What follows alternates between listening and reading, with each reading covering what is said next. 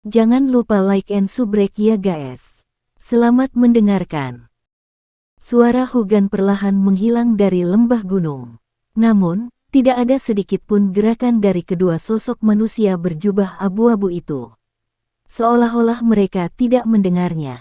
Meskipun ia melihat tidak ada jawaban atas perkataannya, Hugan juga tidak berbicara lagi. Dia mempertahankan postur tubuhnya dengan menangkupkan kedua tangannya saat dia menunggu dengan tenang. Di belakang Hugan, Xiaoyan, dan yang lainnya saling berhadapan setelah melihat adegan ini.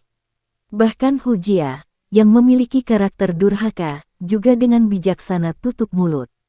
Dia belum pernah ke sini sebelumnya, tapi dia tahu bahwa dengan status Hugan di Akademi Luar Akademi Jianan, hampir tidak ada orang yang bisa dibandingkan dengannya. Namun, dia sekarang sopan di depan dua sosok manusia berjubah abu-abu ini.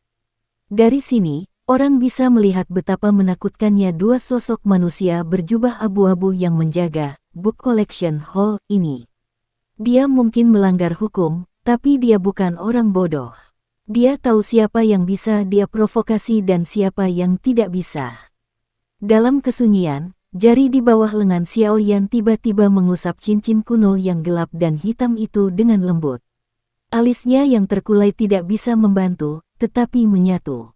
Ini karena dia telah menemukan bahwa sejak dua orang misterius berjubah abu-abu muncul lebih awal, benang yang mewakili hubungan antara Yao Lao dan dirinya sendiri telah benar-benar menghilang. Situasi seperti ini adalah yang pertama sejak dia berhubungan dengan Yao Lao. Hubungan semacam ini terjadi di antara kedua belah pihak. Namun, Xiaoyan tidak mengambil inisiatif untuk memutuskan hubungan tersebut. Dalam kasus itu, jelas bahwa Yao Lao lah yang mengambil inisiatif untuk memotongnya. Yao Lao tidak pernah melakukan hal seperti itu sebelumnya. Sekarang, bagaimanapun, Xiaoyan mengedipkan matanya. Dia melihat kedua orang berjubah abu-abu di paviliun saat dia menghembuskan napas dengan tenang di dalam hatinya. Dengan bisa menyebabkan Yao Lao menjadi cukup takut untuk memutuskan semua koneksi, kedua orang ini memang menakutkan. Ini layak menjadi Akademi Jianan, tempat di mana harimau dan naga bersembunyi. Suasana tenang di lembah pegunungan berlanjut selama hampir 10 menit sebelum jubah dua sosok manusia berjubah abu-abu yang duduk bersila di pintu masuk utama aula bergerak sedikit. Segera, dua pasang mata yang tenang, tua, seperti mata, mirip dengan seorang beku tua, sedikit terangkat. Mereka dengan acuh tak acuh menyapu Hugan dan yang lainnya satu persatu sebelum akhirnya dan tiba-tiba berhenti di tubuh Xiaoyan. Jubah abu-abu mereka sedikit gemetar dan ada seruan serak lembut yang dipancarkan dengan tenang, api surgawi. Suara lembut itu perlahan bergema melalui lembah pegunungan yang tenang, dan juga dengan jelas memasuki telinga Xiaoyan dan yang lainnya. Bolehkah saya tahu siapa nama teman muda ini? Tatapan salah satu pria berjubah abu-abu tetap tertuju pada Xiaoyan. Ada perubahan yang terakumulasi dengan waktu yang merembes keluar dari dalam suaranya yang serak. Mendengar bahwa orang berjubah abu-abu benar-benar menyingkirkan Hugan dan menanyai Xiaoyan sebagai gantinya, semua orang di lembah itu terkejut. Segera, mereka menoleh dan menatap Xiaoyan dengan tatapan aneh. Dari sikap hormat yang digunakan Hugan untuk memperlakukan kedua pria berjubah abu-abu itu, jelas bahwa kedua orang ini memiliki posisi yang luar biasa di dalam akademi. Namun, Xiaoyan mampu membuat mereka berdua sedikit tertarik padanya. Perlakuan semacam ini menyebabkan Hu Jia dan yang lainnya diam-diam iri. Xiaoyan juga terkejut dengan pertanyaan orang berjubah abu-abu itu. Dia segera dan buru-buru menangkupkan kedua tangannya saat dia berbicara dengan hormat. Anak kecil ini, Xiaoyan, menyapa kedua sesepuh. Apinya cenderung ke arah warna kehijauan. Nyala api itu seperti teratai dan gunung berapi. Jika diriku yang dulu tidak salah, api surgawi, yang dikendalikan teman muda itu seharusnya adalah api inti teratai hijau, yang berada di peringkat ke-19 di peringkat api surgawi. Suara tua itu bergema di samping telinga Xiaoyan, menyebabkan hatinya yang tenang tiba-tiba menegang. Ada ketakutan tambahan di matanya saat dia melihat dua orang berjubah abu-abu itu. Orang misterius berjubah abu-abu ini adalah orang pertama yang berhasil melihat melalui detail yang tepat dari apinya bahkan sebelum dia menunjukkan api inti teratai hijau. Orang ini benar-benar menakutkan. Tenggorokan Xiaoyan sedikit berguling saat dia mengangguk sedikit. Tatapannya melirik ke Sun Er dan orang lain di sekitarnya sebelum dia menyadari bahwa mereka seolah-olah tidak mendengar kata-kata yang diucapkan orang berjubah abu-abu tadi. Dia tidak bisa membantu tetapi menjadi tertegun. Hatinya langsung mengerti dan tiba-tiba, ini sepertinya tipuan dari dua orang misterius berjubah abu-abu. Mampu mengendalikan api surgawi pada usia seperti itu, sungguh sangat berbakat. Orang berjubah abu-abu di sisi kiri dengan lembut mendesah. Ada kekaguman dalam suaranya. Segera, dia mengalihkan pandangannya ke arah Hugan dan berkata dengan suara serak, 5 besar kali ini jauh lebih baik dari 5 sebelumnya. Hugan menghela nafas lega saat mendengar kata-kata ini. Dia tersenyum ketika dia berkata, karena itu masalahnya, bisakah saya meminta kedua sesepuh untuk membuka Space Lock? Space Lock, nama asing itu menyebabkan Xiaoyan dan yang lainnya menjadi kosong. Xiaoyan GG, lihat tempat di depan wakil kepala sekolah Hugan. Suara lembut Sun Er tiba-tiba ditransmisikan ke telinga Xiaoyan. Yang terakhir mengangkat kepalanya dan melihat-lihat. Awalnya, masih ada keraguan di wajahnya. Sesaat kemudian, keraguan itu berangsur-angsur menghilang dan digantikan oleh ekspresi muram. Mata Xiaoyan menatap tajam ke tempat sekitar setengah meter di depan Hugan. Sesaat kemudian, dia menyadari bahwa jika dia mengamati ruang di sana dengan cermat, seseorang akan benar-benar dapat menemukan lipatan yang sangat dangkal. Lipatan ini tersembunyi di udara dan sangat sulit ditemukan. Tatapan Xiaoyan mengikuti gerakan lipatan yang muncul dan menghilang sebelum dia tiba-tiba menyadari bahwa lipatan ruang ini hampir menjadi sesuatu seperti dinding, melindungi seluruh aula koleksi buku di belakangnya. Ini adalah Space Lock. Simpul cermin yang sangat kuat yang hanya bisa dimiliki oleh Dozun yang kuat. Space Lock ini ditinggalkan oleh pendahulu akademi beberapa ratus tahun yang lalu. Jika kita tidak memiliki dua sesepuh di dalam untuk menggunakan metode khusus untuk membukanya, bahkan Dozun yang kuat tidak akan bisa menerobos masuk. Hugan, yang berada di depan, tampaknya memahami dengan jelas kehilangan yang dirasakan Xiaoyan dan yang lainnya saat dia tersenyum dan menjelaskan. Xiaoyan dan yang lainnya menganggukkan kepala karena pemahaman yang tiba-tiba. Namun, hati mereka sedikit terkejut. Simpul cermin yang bahkan Dozong yang kuat pun tidak bisa dipatahkan. Ini terlalu menakutkan. Dua orang berjubah abu-abu di luar paviliun perlahan-lahan mengulurkan tangan mereka yang keriput dari dalam lengan baju mereka. Segera, mereka mulai menggunakan jari dan telapak tangan mereka untuk perlahan-lahan membentuk segel tangan. Saat segel dibentuk oleh tangan mereka, Xiaoyan dapat dengan jelas merasakan bahwa ada dua riak yang sangat kuat dan tak berbentuk yang dipancarkan dari telapak tangan mereka, seperti gelombang.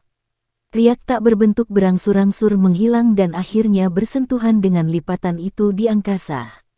Ketika keduanya bersentuhan, ruang di depan Xiaoyan dan yang lainnya segera menjadi seperti cermin yang tampaknya dibentuk oleh air saat lingkaran riak berulang kali muncul.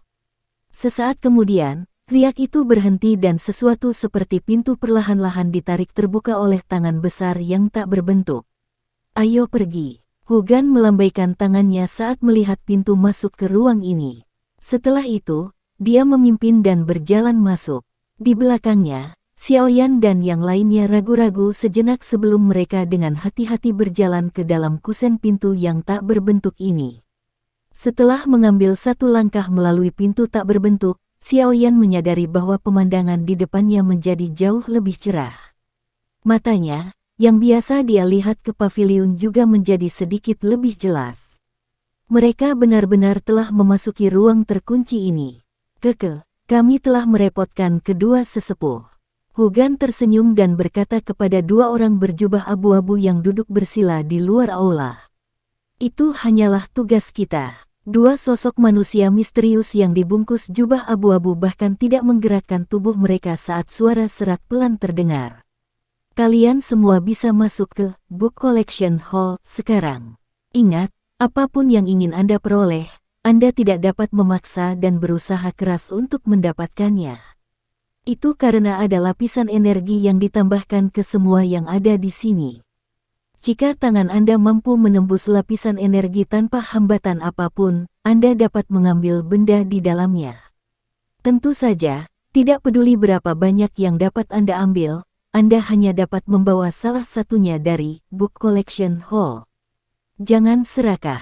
Jika tidak, Anda tidak akan mendapatkan apa-apa pada akhirnya, seperti jika Anda mencoba mengambil air dengan keranjang bambu. Petik 2. TL, bambu basket, contoh toples cookie untuk budaya barat. Jika Anda tidak dapat melewati lapisan energi, maka Anda harus menyerah. Dengan kekuatan Anda saat ini, Anda tidak dapat menghancurkannya. Ada cukup banyak orang di antara mereka yang memasuki Book Collection Hall setiap tahun yang akhirnya kembali dengan tangan kosong. Karena itu, serahkan segalanya pada takdir. Jangan mencoba untuk mengambil paksa hal-hal yang tidak dapat Anda lakukan. Hugan menunjuk ke Book Collection Hall dengan jarinya saat dia menjelaskan situasinya kepada Xiao Yan dan yang lainnya. Xiao Yan dan yang lainnya mengangguk saat mendengar ini. Mereka bertukar pandang satu sama lain sebelum akhirnya dan perlahan mengangkat kaki mereka dan berjalan menuju Book Collection Hall. Hanya suara langkah kaki yang terdengar di lembah pegunungan yang sunyi. Xiao Yan dan Sun Er berjalan di belakang kelompok. Beberapa dari mereka melewati rerumputan di depan pavilion. Mereka akhirnya melangkah ke tangga bebatuan hijau, yang telah rusak oleh waktu hingga penuh dengan lubang. Ada lapisan hijau yang menutupi tangga batu. Ketika seseorang menginjaknya, orang akan merasa agak licin. Namun, untungnya itu tidak menimbulkan banyak halangan bagi Xiao Yan dan yang lainnya. Mereka mengikuti tangga batu hijau dan berjalan beberapa saat sebelum tiba di depan Book Collection Hall. Ketika mereka mengangkat kepala untuk melihat papan nama horizontal kuno, perasaan sepi menyebar darinya, berlama-lama di hati semua orang dan tidak menghilang untuk waktu yang lama. Asteris batuk asteris. Batuk serak tiba-tiba terdengar, membangunkan mereka berlima dari keadaan linglung. Mereka berlima kosong sebelum mereka buru-buru dan segera mengalihkan pandangan mereka dari papan nama horizontal. Papan nama horizontal yang aneh. Ini sebenarnya memiliki kekuatan iblis untuk menarik pikiran orang. Mengapa setiap bagian dari Book Collection Hall dipenuhi dengan aura misterius ini? Xiao Yan menunduk dan menghela nafas sambil bergumam di dalam hatinya. Masuklah. Pintu hanya akan terbuka selama 1 jam. Setelah 1 jam, Anda harus keluar terlepas dari apakah Anda telah memperoleh sesuatu atau tidak.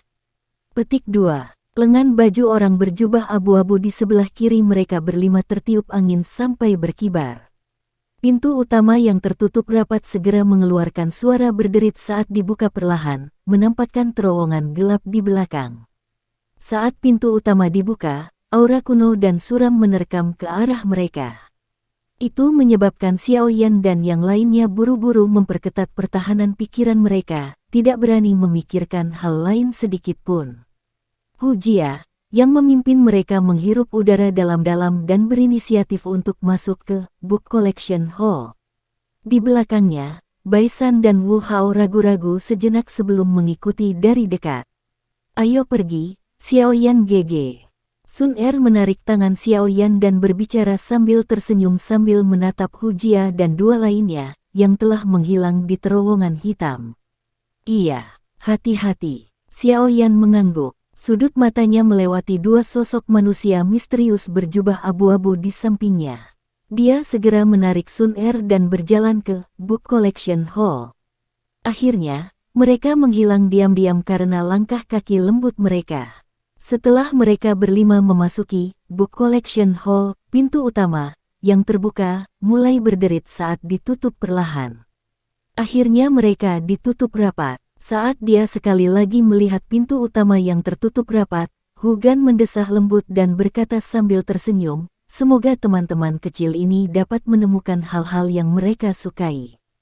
Ini adalah kesempatan yang sangat langka untuk bisa masuk ke Book Collection Hall di Akademi Jianan. Mereka tidak boleh menyia-nyiakannya. Petik 2. Ketika dia mendengar suara pintu utama di belakangnya ditutup rapat, langkah kaki Xiao Yan berhenti sejenak. Segera, dia sekali lagi menarik Sun Er saat mereka berjalan ke depan. Setelah 5 menit, cahaya kuning pucat dipancarkan dari tempat yang tidak terlalu jauh di depan mereka. Langkah kaki mereka menjadi lebih cepat tanpa disadari. Setelah beberapa saat, mereka akhirnya melewati terowongan hitam yang gelap, dan cahaya terang menyambar ke arah mereka, menyebabkan mereka memalingkan muka. Tempat yang muncul di depan Xiao Yan dan Sun Er adalah ruangan yang sangat luas dan besar. Di dinding di sekitar ruangan, ada hampir 10 penghalang energi. Pada saat ini, penghalang energi ini perlahan-lahan terlepas dan menarik kembali pancaran cahaya, menyinari seluruh ruangan hingga seperti siang hari. Hu Jia dan 2 lainnya sudah tiba di kamar. Ketika mereka mendengar suara langkah kaki, mereka bertiga berbalik untuk melihat sekilas. Hu Jia mengambil langkah ke depan saat melihat mereka berdua dan dengan tersenyum berkata, "Sun Er, kita bisa berkumpul bersama setelah kita memasuki akademi dalam di masa depan." Meskipun saya belum pernah memasuki akademi dalam, saya mendengar dari kakek saya bahwa jika seseorang ingin mendapatkan kondisi pelatihan terbaik, seseorang harus melihat tinju siapa yang lebih keras. Oleh karena itu, jika kita, siswa baru yang baru saja masuk ini, berpisah, kita pasti tidak akan bisa menghindari penindasan dan perundungan. Petik 2. Tatapan Hu Jia hanya menyapu Xiao Yan sekali sebelum dia melompat ke arahnya. Jelas, dia masih menyimpan beberapa dendam di dalam hatinya terhadap serangan kejam yang dilakukan Xiao Yan padanya beberapa hari sebelumnya. Itu benar. Kalau mahasiswa baru yang baru masuk tidak bersatu, sangat mudah mereka dibuli. Bai San, yang berdiri di sampingnya, sambil tertawa berkata, "Namun, saya memiliki saudara laki-laki dari klan saya yang telah tinggal di akademi dalam selama 2 tahun. Ketika saatnya tiba bagi kita untuk masuk, selama junior Sun Er dan kalian semua bersamaku, kita pasti bisa menghindari masa transisi tersulit untuk orang baru dengan diam menjaga kita." Petik 2. Kami menghargai niat baik senior Bai San. Cukup baik bagi kita untuk mengandalkan diri kita sendiri sehubungan dengan masalah ini. Xiao Yan tertawa pelan. Tatapannya segera melihat sekelilingnya dan kejutan muncul di matanya. Tampaknya ruangan besar ini sudah menjadi akhir dari Book Collection Hall. Mengapa dia tidak bisa melihat apapun? Sudut mulut Bai San bergerak sedikit ketika dia mendengar kata-kata Xiao Yan. Rasa dingin yang gelap tanpa sadar muncul di wajahnya yang dipenuhi senyuman sebelum segera menghilang. Dia berkata dengan kental di dalam hatinya, "Jika kamu tidak ingin melakukan sesuatu dengan cara yang mudah, maka baiklah. Maka saya akan membiarkan Anda bertindak seolah-olah Anda tangguh. Saya harap Anda masih bisa sekuat ini setelah Anda masuk akademi dalam. Pada saat itu, saya ingin menjagamu sampai kamu keluar dari akademi dalam." Petik 2. Berhenti melihat. Sepertinya tidak ada tempat lain. Yang ada hanyalah penghalang energi aneh itu. Jangan bilang mereka ingin kita masuk. Mulut Hu Jia berkedut saat dia berkata saat melihat tatapan Xiao Yan menyapu ke segala arah. Xiao Yan tidak bisa membantu tetapi mengerutkan alisnya sedikit ketika dia mendengar ini. Apa niat mereka? Sama seperti Xiao Yan dan beberapa lainnya bingung di ruangan besar itu, tiba-tiba ada sedikit suara angin kencang yang terdengar di ruangan itu. Meskipun suara itu sangat lembut, itu tidak diragukan lagi sejelas guntur yang teredam untuk Xiao Yan dan yang lainnya. Segera, tatapan beberapa dari mereka dengan cepat mengikuti kebisingan dan bergerak. Akhirnya, mereka berhenti di penghalang energi yang ada di sisi kiri mereka. Tempat itu, sepertinya ada sesuatu yang akan muncul. Sun Er menatap penghalang energi di sana saat dia berkata dengan tidak yakin. Muncul. Xiao Yan sedikit terkejut. Dia tidak punya waktu untuk menjawab ketika hatinya tiba-tiba menegang. Sebelum dia bergerak, dia melihat sekelompok cahaya ungu tiba-tiba keluar secara eksplosif dari dalam penghalang energi. Itu segera berubah menjadi seberkas cahaya yang melesat ke arah mereka berlima. Hati-hati, ketika mereka melihat cahaya ungu melesat, Bai San dan yang lainnya, yang tidak tahu detailnya, buru-buru menghindar. Tubuh Xiaoyan bersandar ke satu sisi dan menghindarinya, sementara dia menarik ke belakang. Mulutnya tidak lupa meneriaki Sun Er, yang berdiri di tempat aslinya, bahkan tanpa bergerak. Teriakan Xiaoyan baru saja terdengar saat cahaya ungu tiba-tiba meningkatkan kecepatannya dan menembak dengan ganas ke arah Sun Er. Yang terakhir menatap tajam ke cahaya ungu dan mengulurkan tangannya di depan wajah Xiaoyan, yang segera berubah warna. Dia benar-benar langsung meraih cahaya ungu. Tangannya yang cantik meraih cahaya ungu dengan telapak tangannya di depan tatapan semua orang di ruangan itu. Setelah itu, cahaya ungu perlahan menghilang, dan gulungan ungu, yang dibungkus oleh lapisan energi muncul di tangannya. Metode Qi tingkat tinggi kelas Xuan. Ledakan petir ungu. Saat Sun Er memegang gulungan berwarna ungu, tangannya memeriksa sedikit dan benar-benar melewati lapisan energi tanpa halangan apapun. Dia mengamati kata-kata yang tertulis di permukaan gulungan itu dan mau tidak mau membacanya dengan lembut.